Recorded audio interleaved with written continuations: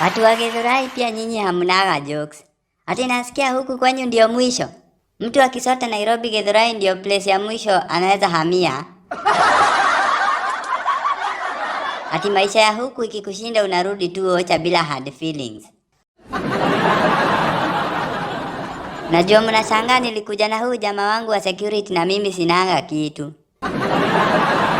Niko na kitu moja. Na hiyo kitu imenistua sana kuhusu hii mtaa yenu. Kwanza, wacha nishukuru jeshi ya Nduthi. Nimekuja kama nimefunga macho juu nilikuwa nadhania tutagongana ama tugongwe. By the way, ni ukweli mnagonganaga? Ati mtu anaweza panda mata au alipe mbao akuja anunue TV huku akifika nyumbani anapata ni mbao imepakwa rangi.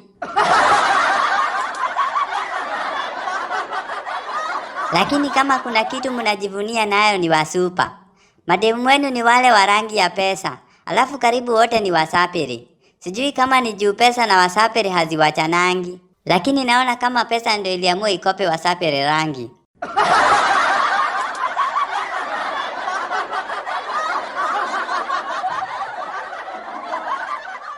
Hii mtaa yenu kuna time pia ilikuwa inasema.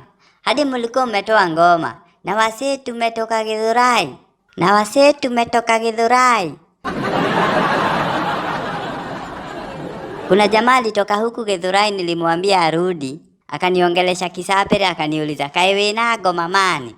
Sasa sijui kama hiyo ngoma ni yeye alikuwa anadedicatiwa. Sijui kama nyinyi mnakuwa na maneiba wengine watiaji kama mimi. Ushaikuwa na neiba? Ushaikuwa na neiba huwa anazima redio na TV akisikia maneiba wanakorofishana. Alafu, kumake the matter worse, anafungua curtain kuchungulia na hakuna kitu anaona. Akisikia kameshuka, anawasha TV anaendelea kuwatch Kibe akitolea Wakenya hasira juu ya vile maisha imemkalia ngumu.